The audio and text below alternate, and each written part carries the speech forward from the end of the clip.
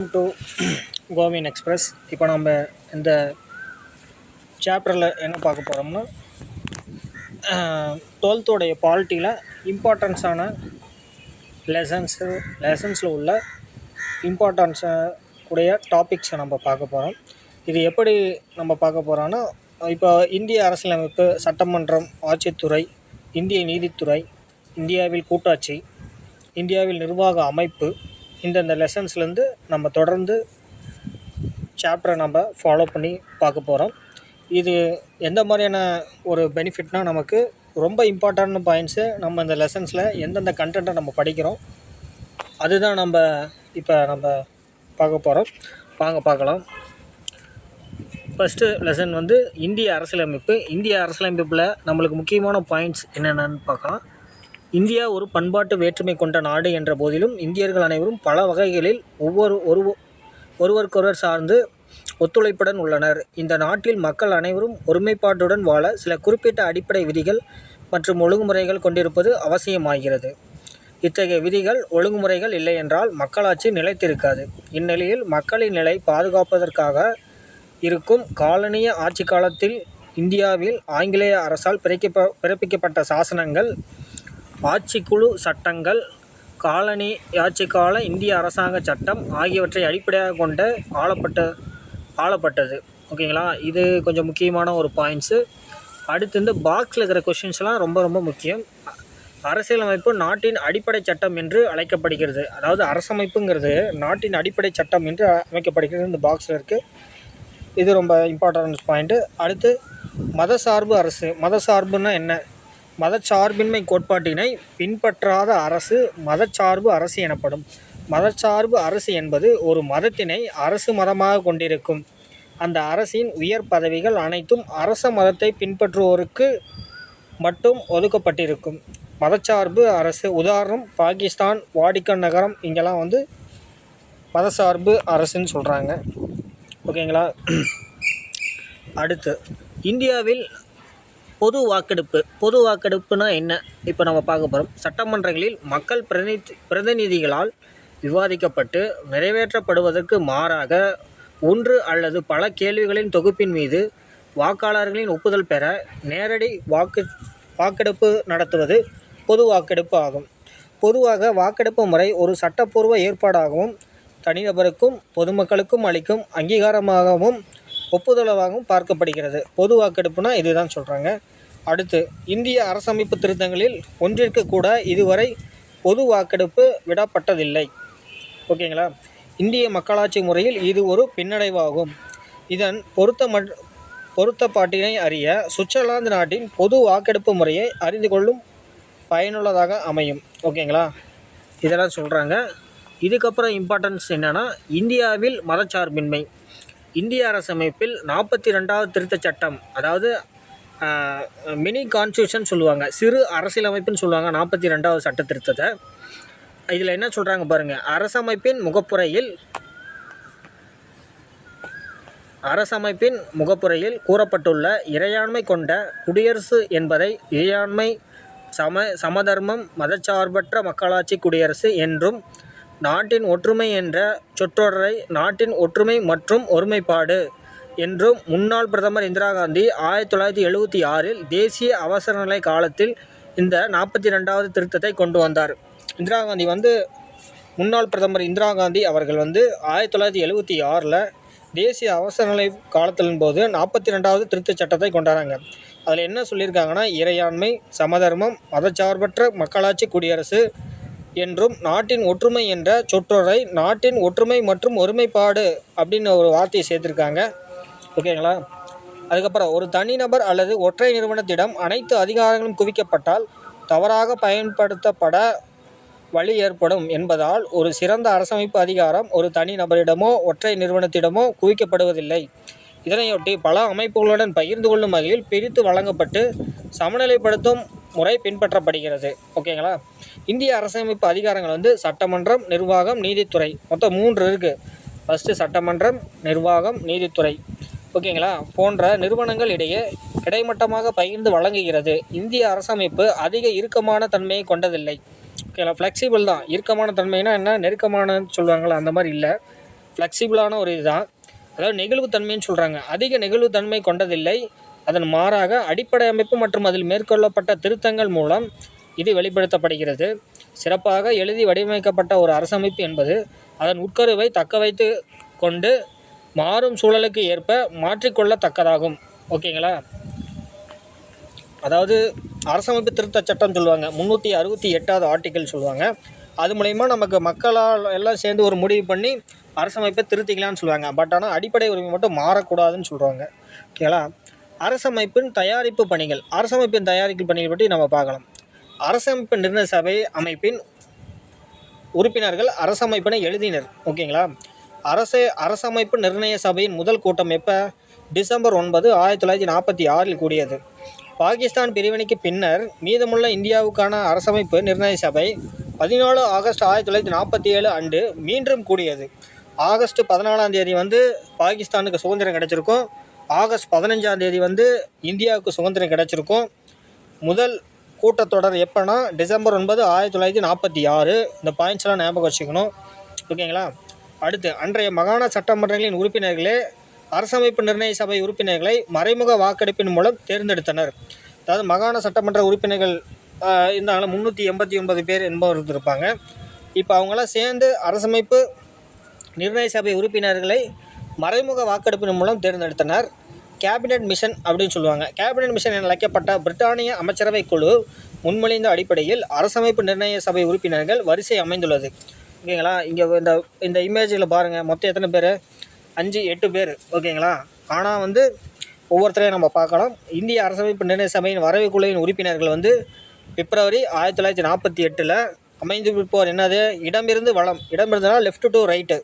ஓகேங்களா? இடமிருந்து N Madhava Rao, Syed Mohammed Saadulla, doctor B.R. Ambedkar, sir Alladi Krishnaswami, sir P.N. Rau. அடுத்து நிற்கிறவங்க யார் யாருன்னு பார்க்கலாம். இங்கே பின்னாடி 3 பேர் நிற்கிறாங்கல்ல, அவங்க யார் யாருன்னு பார்க்கலாம். இடமிருந்துனா லெஃப்ட் டு ரைட்டு தான். S.N. முகர்ஜி, ஜூகல் கிஷோர் கண்ணா, கேசவல் கிருஷ்ணா. மொத்தம் எத்தனை பேர்? 8 பேர். ஓகேங்களா? அன்றைய மாகாணங்கள் சுதேச அரசுகள் அல்லது அரசுகளின் குழுக்களில் இருந்து அதன் மக்கள் தொகைக்கு ஏற்றபடி 10 லட்சத்துக்கு ஒருத்தர் எனும் விகிதத்தில் உறுப்பினர்கள் ஒதுக்கீடு செய்யப்பட்டனர். இது ரொம்ப இம்பார்ட்டண்டான பாயிண்ட்டு. ஏன்னா காரணிகள்லாம் கேட்கலாம், சரியாக தவறான்னு கேட்குறது, சூஸ் த பெஸ்ட் ஆன்சர் கேட்குறதுக்கு உண்டான வாய்ப்புகள் இதில் இருக்குது. அதாவது மக்கள் தொகைக்கு ஏற்றபடி 10 லட்சத்துக்கு ஒருத்தர் அப்படிங்கிற உறுப்பினர் ஒதுக்கீடு செய்யப்பட்டனர். ஓகேங்களா? இதன்படி மாகாணங்களில் இருந்து 292 உறுப்பினர்களும் சுதேச அரசுகளிடம் இருந்து 93 உறுப்பினர்களும். இங்கே நல்லா நோட் பண்ணிக்கணும். மாகாணங்களிலிருந்து 292 பேர். அடுத்து சுதேச அரசுகளிடமிருந்து 93 உறுப்பினர்களும் தேர்ந்தெடுக்கப்பட்டனர். ஒவ்வொரு மாகாணத்திற்கும் இந்து, முஸ்லீம், சீக்கியர் ஆகிய சமுதாயங்களின் மக்கள் தொகை விகிதத்திற்கேற்ப இடம் ஒதுக்கப்பட்டது. ஒவ்வொரு மாகாணத்திற்கும் இந்து, முஸ்லீம், சீக்கியர் ஆகிய சமுதாயங்களின் மக்கள் தொகைக்கு விகிதத்திற்கேற்ப இடம் ஒதுக்கப்பட்டது. ஓகேங்களா? அடுத்து, இந்த உறுப்பினர்கள் அந்தந்த மாகாணத்துக்கு மாற்றத்தக்க வாக்கு ஒதுக்கப்பட்ட எண்ணிக்கையின்படி ஒற்றை மாற்று வாக்கு அடிப்படையிலான விகிதாச்சார பிரதிநிதித்துவ முறையில் தேர்ந்தெடுக்கப்பட்டனர். சுதேச அரசுகள் தங்கள் பகுதிகளில் இருந்து உறுப்பினர்களை மக்கள் தொகை விகிதத்திற்கேற்ப தாங்களே தேர்வு செல்லும் முறையை அனுமதிக்கப்பட்டது. ஓகேங்களா? அடுத்து, அரசமைப்பு நிர்ணய சபை உருவாக்கம். 284 உறுப்பினர்கள் 26/11/1949 அன்று அரசமைப்பினை ஏற்று கையொப்பமிட்டு அரசமைப்பு நிறைவேற்றினர். எந்த வருஷம்னு பார்க்கணும். 26 நவம்பர் 1949. இது அரசியலமைப்பு தினம்னு சொல்லுவாங்க. நவம்பர் 26, 1949 ஏற்பட்டதுனால அரசமைப்பு தினம் எப்போ? 26 நவம்பர். ஓகேங்களா? 1949. ஓகேங்களா? அடுத்து, அரசமைப்பு நிர்ணய சபையின் முதல் கூட்டம் எப்போ? 1946 டிசம்பர் 9 அன்று காலையில் 11 மணி அளவில் புதுதில்லியில் அரசமைப்பு அரங்கில் கூடியது. அன்றைய கூட்டத்தின் முதல் கூட்டப்பொருள் எது? தற்காலிக தலைவர் தேர்வு. ஃபஸ்ட்டு தற்காலிக தலைவரை தேர்வு செய்கிறாங்க. அது யார்? ஆச்சாரியா KB கிருபாலனி, ஐக்கிய மாகாணம் பொது. அவர்கள் டாக்டர் சச்சிதானந்த சின்ஹாவை தற்காலிக தலைவராக தலைமையேற்று நடத்தும்படி கேட்டுக்கொண்டார். தற்காலிக தலைவர் யாருன்னா டாக்டர் சச்சிதானந்த சின்ஹா தான். இவரை யார் வந்து தலைமை ஏற்கபடி சொன்னாங்கன்னா ஆச்சாரியா ஜேபி கிருபாலனி அவர்கள் தான் சொன்னாங்க. அவருடைய வழிக்கிணங்க வந்து இவங்க தலைமையேற்று நடத்தினாங்க. இது ஒரு கொஷினாக கூட கேட்கறதுக்கு வாய்ப்பு இருக்குது. டாக்டர் சச்சிதானந்த சின்ஹாவை தற்காலிக தலைவராக தலைமையேற்று நடத்தபடி கேட்டுக்கொண்டவர் யாருன்னா ஆச்சாரியா ஜேபி கிருபாலனி தான். ஓகேங்களா. அடுத்து, அரசமைப்பு ஒப்புதல் தருவதற்கு 24/1/1950 கூடிய கூட்டத்திற்கு டாக்டர் ராஜேந்திர பிரசாத் தலைமையேற்றார். அதாவது ஜனவரி 26 வந்து குடியரசு தினம். அரசமைப்பு எப்போ கொண்டாடுவாங்க? அரசமைப்பு தினம் வந்து நவம்பர் 26. ஆனால் அதாவது ஜனவரி 26க்கு முன்னாடி 2 days பிஃபோர், அதாவது 24ஆம் தேதி அந்த கூட்டத்திற்கு தலைமை தாங்குவர் யாருன்னா டாக்டர் ராஜேந்திர பிரசாத். ஓகேங்களா. ஃபஸ்ட்டு 9 டிசம்பர் 1946 முதல் 24 ஜனவரி 1950 வரை அரசமைப்பு நிர்ணய சபையின் விவாதங்களின் தொகுப்பு 12 தொகுதிகளை கொண்டது. எத்தனை தொகுதின்னு பார்க்கணும்? 12 தொகுதிகளை கொண்டது. இந்த டேபிள் வந்து நமக்கு அதிகம் தேவைப்படாது. பட் இருந்தாலும் வந்து நம்ம வந்து அந்த எத்தனை தொகுதிகளை கொண்டதாகணும்? 12 தொகுதிகள் கொண்டாதும். இதில் ரொம்ப இம்பார்ட்டன்ட் எதுனா தற்காலிக தலைவர் யாருன்னு டாக்டர் சச்சிதானந்த சின்ஹா. அவர் தலைமையேற்று நடத்தும்படி கேட்டுக்கொண்டது யாருன்னா ஜேபி கிருபாலனி. அடுத்து வந்து 24/1/1950 கூடிய கூட்டத்திற்கு தலைமை தாங்கியவர் டாக்டர் ராஜேந்திர பிரசாத். ஓகேங்களா. அடுத்து, இந்திய அரசமைப்பின் மூல ஆதாரங்கள். இந்திய அரசியலமைப்போட மூல ஆதாரங்கள் ரொம்ப ரொம்ப முக்கியமானது. இந்த டேபிள் வந்து மேக்ஸிமம் கொஸ்டின் வரத்துக்குண்டான வாய்ப்புகள் வந்து அதிகம். இதில் என்னென்னு நம்ம பார்க்க போகிறோம். கூட்டாட்சி விதிகள், ஆளுநர் பதவி, நீதித்துறை, பொது தேர்வாணையங்கள், நெருக்கடி கால விதிகள், நிர்வாக விவரங்கள் ஆகிய இந்திய அரசாங்க சட்டம் 1935 எடுத்துக்கொள்ளப்பட்டன. இப்போ இதெல்லாம் ரொம்ப முக்கியமான பாயிண்ட். எந்தெந்த சட்டம் 1935 அரசியலமைப்பு சட்டத்திலேருந்து எடுத்துக்கொள்ளப்பட்டதுன்னு பார்க்கணும். இப்போ கூட்டாட்சி விதிகள், ஆளுநருடைய பதவி, நீதித்துறை, பொது தேர்வாணையம், நெருக்கடி கால விதிகள், நிர்வாக விவரம் இதெல்லாமே இந்திய அரசாங்க சட்டம் 1935 எடுக்கப்பட்டது. ஓகேங்களா. அவையாவன மூல ஆதாரங்கள் என்னென்ன பார்க்கணும். எந்த நாட்டிலேருந்து நான் அந்த சட்ட விதிகளெல்லாம் எடுத்திருக்கான்னு பார்க்கணும். ஃபஸ்ட்டு பிரிட்டன் வந்து என்னென்ன எடுத்திருக்காங்கன்னா நாடாளுமன்ற அரசு, ஒற்றை குடியுரிமை, சட்டத்தின் ஆட்சி, நாடாளுமன்ற செயல்முறைகள், இடைக்கால தடையாணைகள் இது எல்லாமே பிரிட்டன்லேருந்து எடுத்திருக்காங்க. நாடாளுமன்ற அதுக்குண்டான இது வந்தாவே மேக்ஸிமம் பிரிட்டன் தான். ஓகேங்களா. நாடாளுமன்ற அரசு, ஒற்றை குடியுரிமை, சட்டத்தின் ஆட்சி, நாடாளுமன்ற செயல்முறைகள், இடைக்கால தடையாணைகள். ஓகேங்களா. அடுத்து அமெரிக்காவில் என்ன எடுத்திருப்பாங்க? ஆக்சுவல் உங்களுக்கு தெரிஞ்சது தான் அடிப்படை உரிமைகள் வந்து அமெரிக்கா. ஓகேங்களா. அடுத்து வந்து நீதி சீராய்வு, குடியரசுத் தலைவர் மீதான பதவி நீக்க தீர்மானம், இம்பீச்மெண்ட்டுன்னு சொல்கிறாங்க பார்த்தீங்களா, அது வந்து அமெரிக்காவிலேருந்து எடுத்தது. உயர்நீதிமன்ற நீதிபதிகள், குடியரசு துணைத் தலைவர் போன்றோரை பதவி நீக்கம் செய்யும் அதிகாரம். அதாவது இம்பீச்மெண்ட் வந்து எங்கேருந்து எடுத்தாங்கன்னா அமெரிக்க அரசமைப்பா. என்னென்ன இம்பீச்மெண்ட்டு? குடியரசுத் தலைவர் இருப்பாங்க, உச்சநீதிமன்ற நீதிபதி இருப்பாங்க, உயர்நீதிமன்ற நீதிபதி, துணை குடியரசுத் தலைவர். இந்த 4 பேருடைய இம்பீச்மெண்ட் எடுத்தது எந்த கண்ட்ரிலேருந்துன்னா அமெரிக்க அரசமைப்புலேருந்து தான் எடுத்திருக்கோம் நம்ம. ஓகேங்களா. அடுத்து அயர்லாந்து. அரசின் வழிகாட்டு நெறிமுறைகள். அரசுக்கு ஒரு வழிகாட்டு நெறிமுறைகள் வேணும்னு அரசின் வழிகாட்டு நெறிமுறைகள் வந்து அயர்லாந்து தான் மேக்ஸிமம் எடுத்திருக்கோம் நம்ம. ஓகேங்களா. அடுத்து கனடாவில் என்ன எடுத்திருக்கோம்? ஒரு வலுவான மத்திய அரசுடன் கூடிய கூட்டாட்சி. ஓகேங்களா. அடுத்து மத்திய அரசிடம் பொதுப்பட்டியல், மத்திய அரசால் மாநில ஆளுநர் நியமனம், உச்சநீதிமன்றத்தின் அறிவுரை அதிகார வரம்பு. இப்போ ரீசெண்டாக வந்து ஆளுநரை பற்றி நம்ம கான்வர்சேஷன் போயிட்டுருக்கு. அது எப்படின்னா பாருங்கள், அது எங்கே கனடாவிலேருந்து தான் எடுத்திருக்காங்க. மத்திய அரசால் மாநில ஆளுநர் நியமனம், அதாவது சென்ட்ரல் கவர்மெண்ட்டு தான் ஆளுநர் நியமனம் பண்ணுறாங்க. அதான் சொல்கிறாங்க மத்திய அரசால் மாநில ஆளுநர் நியமனம் சொல்கிறாங்க. உச்சநீதிமன்றத்தின் அறிவுரை அதிகார வரம்பு, உச்சநீதிமன்றத்தின் அதிகார வரிமுறை வரும்போது கனடா தான். ஓகேங்களா. அடுத்து ஆஸ்திரேலியானது வணிகம், காமர்ஸ்ன்னு சொல்கிறாங்க, வர்த்தக சுதந்திரம், ட்ரேடு ஃப்ரீடம்னு சொல்லுவாங்க. நாடாளுமன்றத்தின் ஈரவைகளின் கூட்டுக்கூட்டம் என்னது? மக்களவை, மாநிலங்களவைன்னு சொல்கிறாங்க பார்த்தீங்களா. அந்த ஈரவைகளின் கூட்டுக்கூட்டம் எதுனா ஆஸ்திரேலியா தான். ஓகேங்களா. அடுத்து ஜெர்மனி வெய்மர் அரசமைப்பு. அதுலேருந்து எதை எடுத்தாங்கன்னா நெருக்கடி காலத்தில் அடிப்படை உரிமைகள் பறிப்பு எதுலேருந்து எடுத்திருக்காங்கன்னா ஜெர்மனி வெய்மர் அரசமைப்பு அதுலேருந்து எடுத்திருக்காங்க. ஓகேங்களா. அடுத்து சோவியத் யூனியன் என்ன? ஆஸ் யூஷுவல் உங்களுக்கு தெரிஞ்சது தான் அடிப்படை கடமைகள் எங்கே? ரஷ்யா. அடிப்படை உரிமைகள் எங்கே? அமெரிக்கா. முகப்புறையில் சமூக, பொருளாதார, அரசியல் இந்த 3 வார்த்தையை சேர்த்தது எதுனா சோவியத் யூனியன் தான். ஓகேங்களா. நீதியின் மாண்புகள், அடிப்படை கடமைகள் 42வது திருத்தத்தில் உறுதிப்படுத்தப்பட்டது. அடிப்படை கடமைகள் எந்த திருத்த சட்டத்தில் உறுதிப்படுத்தப்பட்டதுன்னா 42வது அரசியலமைப்பு திருத்த சட்டம் 1976. யார்? இந்திரா காந்தி அம்மையார் அவர்கள் பீரியடில். ஓகேங்களா. அடுத்து ஃப்ரான்ஸ் வந்து என்னது? குடியரசு, முகப்புறையில் சுதந்திரம், சமத்துவம், சகோதரத்துவம். அதாவது இது வந்து சமூக பொருளாதார அரசியல்னா சோவியத் யூனியன் ரஷ்யாவிலேருந்து எடுக்கப்பட்டது. சுதந்திரம், சமத்துவம், சகோதரத்துவம்னா ஃப்ரான்ஸ்லேருந்து எடுக்கப்பட்டது. ஓகேங்களா.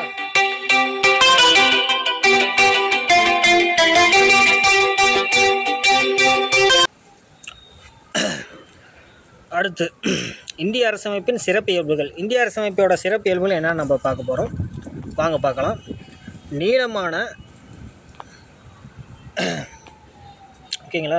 நீளமான எழுதப்பட்ட அரசமைப்பு வந்து இந்திய அரசமைப்பு தான். உலகிலேயே நீளமாக எழுதப்பட்ட அரசமைப்பாக கருதப்படுகிறது. மாநிலங்கள், மத்திய அரசு மற்றும் அவற்றுக்கு இடையிலான உறவுகள் குறித்த பல்வேறு விதிகளை கொண்டுள்ளது. நமது அரசமைப்பு உருவாக்கிய மேதைகள் உலகின் பல அரசமைப்பு மற்றும் பல்வேறு அரசமைப்பின் மூலங்களிலிருந்து நம்ம அரசமைப்பு உருவாக்குது. அதாவது மற்ற கண்ட்ரிலேருந்தெல்லாம் எடுத்து போட்டு தான் நம்ம உருவாக்கியிருக்கோம். தனிநபர் உரிமைகளை அடிப்படை உரிமைகளாகவும் அரசு கொள்கையில் வழிகாட்டு நெறிமுறைகளாகவும் நிர்வாக செயல்முறை விவரங்கள் என விரிவாகவும் பட்டியலிடப்பட்டுள்ளன. ஓகேங்களா. இறுக்கம், நெகிழ்வுத்தன்மை இரண்டும் கொண்ட தனித்துவம் வந்து சொல்கிறாங்க. அதன் அமலாக்க செயல்முறைகளின் அடிப்படையில் இறுக்கமும் நெகிழ்வும் கொண்டதாக இந்திய அரசமைப்பு அழைக்கப்படலாம். ஓகேங்களா. ஃப்ளெக்சிபிள், நான் ஃப்ளெக்சிபிள்னு சொல்லுவாங்க. ஓகேங்களா. இறையாண்மை, சமதர்மம், மதச்சார்பின்மை, மக்களாட்சி, குடியரசு. மேக்ஸிமம் பிரையாம்பிள் வந்து சொல்லுவாங்க. முகப்புரைகள் வந்து மொத்தம் இறையாண்மை, சமதர்மம், மதச்சார்பின்மை, மக்களாட்சி, குடியரசு. மொத்தம் 5 வார்த்தைகள் தான் இருக்கும். ஓகேங்களா. வயது வந்த அனைவரும் வாக்குரிமை வழங்கப்பட்டு தேர்ந்தெடுக்கப்படும் மக்கள் பிரதிநிதிகள் மூலம் மக்களே இந்தியாவை ஆள்கிறார்கள். இப்போ நம்ம நாட்டை நம்மளை யார் ஆள்றா? நம்மளுடைய பிரதிநிதி தான் வந்து மேலே இருப்பாங்க. நம்மளுடைய ரெப்ரஸன்டேட்டிவ் சொல்லுவாங்க, பிரதிநிதின்னு சொல்லுவாங்க. அவங்க இப்போ நாம் வந்து ஓட்டு போட்டு ஒருத்தர் எம்எல்ஏவோ எம்பியோ ஒருத்தர் இது ஆக்குறோம், கவுன்சிலரையோ. அவங்க தான் நமக்கோசரம் நமக்கு வந்து நமக்கு தேவையான எல்லா ஃபெசிலிட்டியும் பண்ணி தராங்க. ஓகேங்களா. அதான் வயது வந்து அனைவரும் வாக்குரிமை வழங்கப்பட்டு தேர்ந்தெடுக்கப்படும் மக்கள் பிரதிநிதிகள் மூலம் மக்களே இந்தியாவை ஆள்கிறார்கள். இந்தியா ஒரு இறையாண்மை கொண்ட அரசு என்றால் தனது உள்நாட்டு வெளிநாட்டு விவகாரங்களை எந்தவித வெளிநாட்டு தலையீடும் இன்றி நிர்வகிப்பதாகும். இந்திய அரசமைப்பில் சமதர்மம் என்ற சொல்லு 42வது திருத்த சட்டம் மூலம் இணைக்கப்பட்டது. இது கேட்பாங்க. 42வது சட்டத்தின் மூலம் இணைக்கப்பட்ட சொல்லுனா சமதர்மம், சமய சார்பின்மை, மதச்சார்பின்மை, மக்களாட்சி, குடியரசுன்னு சொல்லுவாங்க. ஓகேங்களா. இந்தியாவில் சமதர்மம், முதலாளித்துவம் ஆகிய பொருளாதாரங்கள் இணைந்த கலப்பு பொருளாதார முறை பின்பற்றுகிறது. நம்ம இந்தியா என்னது? மிக்சடு எக்கனாமின்னு சொல்லுவாங்க. ஓகேங்களா. தனியார் மற்றும் பொதுத்துறை இணைந்து செயல்படுறதா மிக்சடு எக்கனாமின்னு சொல்லுவாங்க. இந்தியாவை பொறுத்தவரை மதச்சார்பின்மை என்பது இந்தியாவில் அரச மதம் என ஒன்றில்லை. இந்தியாவில் வந்து ஒரு மதத்தை நம்பி இல்லை, மதச்சார்பின்மைன்னு சொல்கிறாங்க. அனைத்து மதங்களும் சமமாக அங்கீகரிக்கப்பட்டுள்ளன என்பதாகும். இந்திய குடியரசுத் தலைவர் என்பது இந்தியாவில் முடியரசு மூலமாக அல்லாமல் தேர்தல் மூலமாக அரசின் தலைவர் தேர்ந்தெடுக்கப்படுகிறார்கள் என்பதாகும். ஓகேங்களா. ஓகே. அடுத்து நாடாளுமன்ற ஆட்சி முறை பற்றி பார்க்கலாம். அமைச்சரவை குழு செயல்பாடுகளை நாடாளுமன்றம் கட்டுப்படுத்துகிறாங்க. ஓகேங்களா. நாடாளுமன்ற ஆட்சி முறை என அழைக்கப்படுகிறது. நாடாளுமன்ற முறை அரசியல் நிர்வாகம் நாடாளுமன்றத்துக்கு கட்டுப்பட்டது. நாடாளுமன்றத்தில் பெரும்பான்மை உறுப்பினர்கள் ஆதரவு இருக்கும் வரை அந்த அரசு நீடிக்கும். ஓகேங்களா. இது ஒன்று. அடுத்து ஒற்றை குடியுரிமை என்ன? சிங்கிள் நேஷ்னாலிட்டின்னு சொல்லுவாங்க. ஒற்றை குடியுரிமை வந்து இந்திய அரசமைப்பு ஒற்றை குடியுரிமை வழங்கிறது. ஒரே ஒரு ஓட்டு தான் நமக்கு, ஒரே ஒரு நேஷ்னாலிட்டி தான் நமக்கு. ஓகேங்களா. பகுதி 2 5 to 11 சரத்து வரையில் குடியுரிமை பற்றி நம்ம சொல்லுது. இந்திய அரசமைப்பு குடியுரிமை வழங்குகிறது. ஒன்றிய அரசு வழங்கும் குடியுரிமையை அனைத்து மாநிலங்களுக்குமானது. ஓகேங்களா. அடுத்து 2015 பிப்ரவரி 27 அன்று மக்களவையில் குடியரசு சட்டம் 1955 திருத்தங்கள் கொண்டு வந்துள்ளது. ஓகேங்களா. இதெல்லாம் என்னென்னு நம்ம பார்க்கலாம். ஃபஸ்ட்டு, பதிவு அல்லது இயல்புரிமை முறையில் இந்திய குடியரசு கோரி விண்ணப்பம் நபர் குறிப்பிட்ட தகுதிகளை நிறைவு செய்தல் அவருக்கு குடியுரிமை வழங்கப்படும். ஓகேங்களா. அடுத்து, இந்தியாவில் தொடர்ந்து குடியிருந்தாலோ அல்லது அரசு பணியில் 12 மாதங்கள் இருந்தாலோ ஒரு நபர் இந்திய குடியுரிமை கோரி விண்ணப்பிக்க முடியும். ஓகேங்களா. அடுத்து, ஆனால் அசாதாரண சூழல் நிலவுமானால் அந்த தகுதியை தளர்த்தி கொள்ளவும் இந்த சட்டம் வழிவகுக்கும். ஓகேங்களா. இந்திய குடியுரிமை பற்றி பார்த்துட்டோம். அடுத்து, வயது வந்தோர் வாக்குரிமை என்னென்னு பார்க்கலாம். ஒரு நபர் ஒரு வாக்குரிமை தான் சொல்கிறாங்க. ஓகேங்களா. எனும் கோட்பாட்டினை அடிப்படையில் 18 வயது நிறைவடைந்தோர் தேர்தலில் வாக்களிக்கும் தகுதி பெறுகிறார்கள். தேர்தலில் வாக்களிப்பதில் இந்திய குடிமக்கள் இடையே ஜாதி, மதம், பால், இனம் அல்லது தகுதி அடிப்படையில் எவ்வித பாகுபாடும் கடைபிடிக்கப்படுவதில்லைன்னு சொல்கிறாங்க. ஓகேங்களா? வயது வந்தோருக்கான வாக்குரிமை என்னது? வயது என்ன? 18 வயது பூர்த்தி அனைவரும் வாக்களிக்கலாம். ஓகேங்களா? அடுத்து சுதந்திரமான ஒருங்கிணைந்த நீதி அமைப்புன்னு சொல்கிறாங்க. இந்தியாவில் நீதித்துறையின் செயல்பாடுகளில் நிர்வாக தலையீடோ அல்லது நாடாளுமன்ற சட்டமன்றங்களின் தலையீடோ இல்லாமல் இயங்கும் ஒரு தன்னாட்சி அமைப்புன்னு சொல்கிறாங்க. நீதிமன்றம் என்ன அமைப்புனா தன்னாட்சி அமைப்பு தான். ஒருங்கிணைந்த இந்திய நீதித்துறை அமைப்பில் உச்சநீதிமன்றத்தின் கீழ் தான் உயர்நீதிமன்றங்கள், கீழமை நீதிமன்றங்கள், துணை நீதிமன்றங்கள் சொல்லுவாங்க. இது எல்லாமே உச்சநீதிமன்றத்தின் கீழே தான் செயல்படும். அடுத்து அடிப்படை உரிமைகள் பற்றி பார்க்கலாம். அடிப்படை உரிமைகள் என்ன? ஒவ்வொரு தனிநபரும் ஒரு குறிப்பிட்ட அடிப்படை உரிமைகளை அனுபவிப்பதை அடிப்படை கொள்கையாக அரசமைப்பு உறுதிப்படுத்தியுள்ளது. இந்திய அரசமைப்பு பகுதி 3இல் அடிப்படை உரிமைக்கான பிரிவுகள் குறிக்கப்பட்டுள்ளன. பகுதி எத்தனை? 3. ஓகேங்களா? அடுத்து அடிப்படை உரிமைகள் 6 தலைப்புகளில் வகைப்படுத்தப்பட்டுள்ளது. 6 தலைப்பு. அவை என்னென்னு பார்க்கலாம். சமத்துவத்துக்கான உரிமை, சுதந்திரத்துக்கான உரிமை, சுரண்டப்படுவதற்கு எதிரான உரிமை, மத வழிபாட்டுக்கான உரிமை மற்றும் கல்வி மற்றும் பண்பாட்டு உரிமை, அரசமைப்புப்படி நிவாரணம் கோரியும் உரிமை, அரசமைப்படி நிவாரணம் கோரும் உரிமை. மொத்தம் 6 உரிமைகள் இருக்குது. ஓகேங்களா? தொடக்கத்தில் சொத்து உரிமை 31(a)வின் கீழ் வழங்கப்பட்டிருந்தது. இதன்படி சொத்து உரிமையும் அடிப்படை உரிமையாக இருந்தது. ஆனால் 44வது திருத்தச் சட்டம் 1978 இந்த சட்ட திருத்தத்தின்படி சொத்துரிமை அடிப்படை உரிமையிலிருந்து நீக்கிவிட்டு உறுப்பு 300(a) ஆக சேர்த்தது. இதன் மூலம் சொத்துரிமை சட்ட உரிமையாக கருதப்படுகிறது. சொத்துரிமை சட்ட உரிமை தான், அடிப்படை உரிமை கிடையாது. ஓகேங்களா? 31(a) அதுலேருந்து நீக்கிட்டு 300(a) அதை சேர்த்துட்டாங்க. ஓகேங்களா? இந்திய அரசமைப்பு வழங்கியுள்ள அடிப்படை உரிமைகள் நீதிமன்றத்தால் நிலைநாட்டப்படவே ஆகும். ஒரு நபர் தமது அடிப்படை உரிமைகள் மீறப்படுவதாக கருதுவாரானால் நீதிமன்றத்தை நாடி நிவாரணம் அடைய முடியும். இதனையொட்டி நேரடியாக உச்சநீதிமன்றத்தினை நாடும் உரிமை உறுப்பு 32(a) உறுதிப்படுத்தப்பட்டுள்ளது. மக்களுக்கான அரசமைப்பு நீதியை அது உறுதிப்படுத்துகிறது. இந்தியாவில் அடிப்படை உரிமைகள் முழுமையானவை அல்ல. நாட்டின் பாதுகாப்பு தேவைகளை கருத்தில் கொண்டு உகந்த தடைகள் விதிக்கப்படலாம். ஓகேங்களா?